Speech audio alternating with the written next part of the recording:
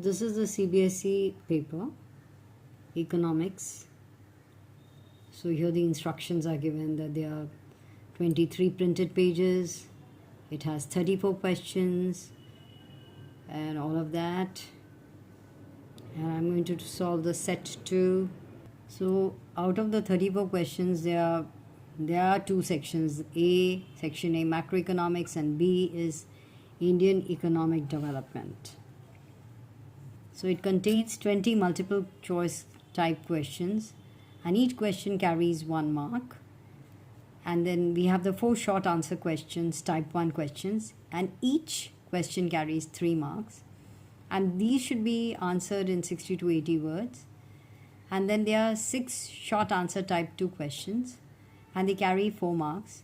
Answer these questions in 80 to 100. So 80 to 100 words. Then they have 4 long answer questions, and they carry 6 marks each. And these questions should be answered in 100 to 150 words. And all the parts of the question should be attempted at one part. And there is no overall choice in the question paper. However, an internal choice has been provided in a few questions. And in that case, you must only take care, you should use only one of the choices in each questions that has to be attempted.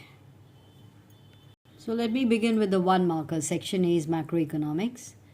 From the set of terms given in column 1 and column 2, choose the correct pair. Now you have to see, what is important is that you have to know your text very well. So just go through that, and these are the options given. So non-tax revenue is goods and services tax. Is it true? No. Indirect tax is free rider. No. Capital expenditure is borrowing. Private goods are rivalrous in nature. True. So we'll take D. D is 4. Okay. Well, the second question is about the balance of trade. It says, if a country exports goods worth of rupees 600 crores and imports goods worth of rupees 450 crores, the value of balance of trade of the country would be dash of rupees so many crores. Will it be a surplus or a deficit? So what is this? Export minus imports, right? So exports here given are 600 and the imports are given as 450. So obviously exports are greater than imports by, it's a surplus, and B is the correct answer, right? So here options are given, and this is in the context of commercial banks, and you want to know which of them is correct. Okay, so here these are the options given: 1, 2, 3 and 4. Deposits received are liabilities for commercial banks. True. They are creator of credit in the economy. True. They accept deposits from the general public. True. They accept deposits on behalf of the Reserve Bank of India. No, it is not so. Let's just take option A, 1, 2 and 3. Well, the next question is, read the following statements, assertion, A and reason. Choose the correct option from those given below. Okay, so the assertion, and these are the options. Both A, assertion and reason are true, and reason is the correct explanation of assertion. Both assertion and reason are true, but reason is not the correct explanation of assertion. Assertion is true, but reason is false. Assertion is false, but reason is true. So what is the assertion? Public goods are those goods that are collectively consumed by the public. Looks to be correct, right? And then next is, public goods are excludable and rivalrous in nature, which is both assertion and reason are true, and reason is the correct explanation of assertion. That is true.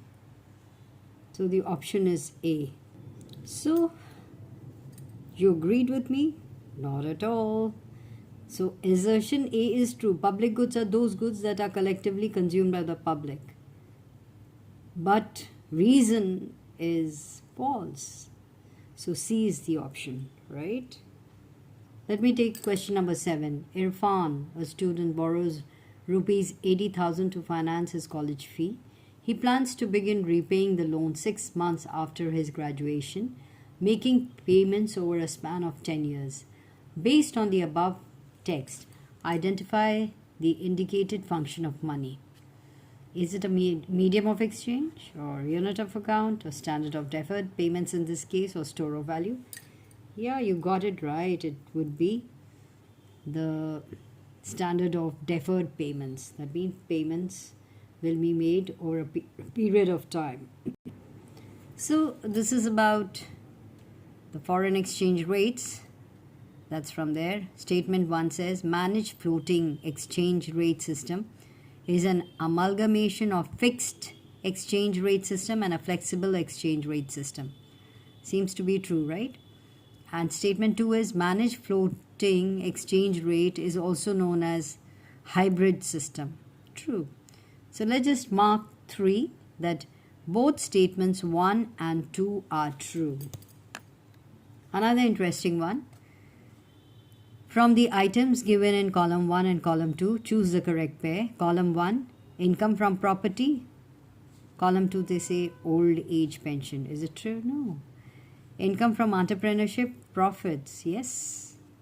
Entrepreneurship do get profit. And mixed income is mixed income of the self-employed, but they've just written rent-free accommodation from an employer. And compensation of employees, they're saying interest from capital.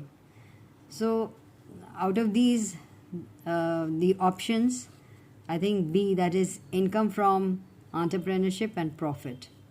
Let's mark B, and that is correct. So let's read this question here. In the context of current account transactions or balance of payment, identify the incorrect statement from the following.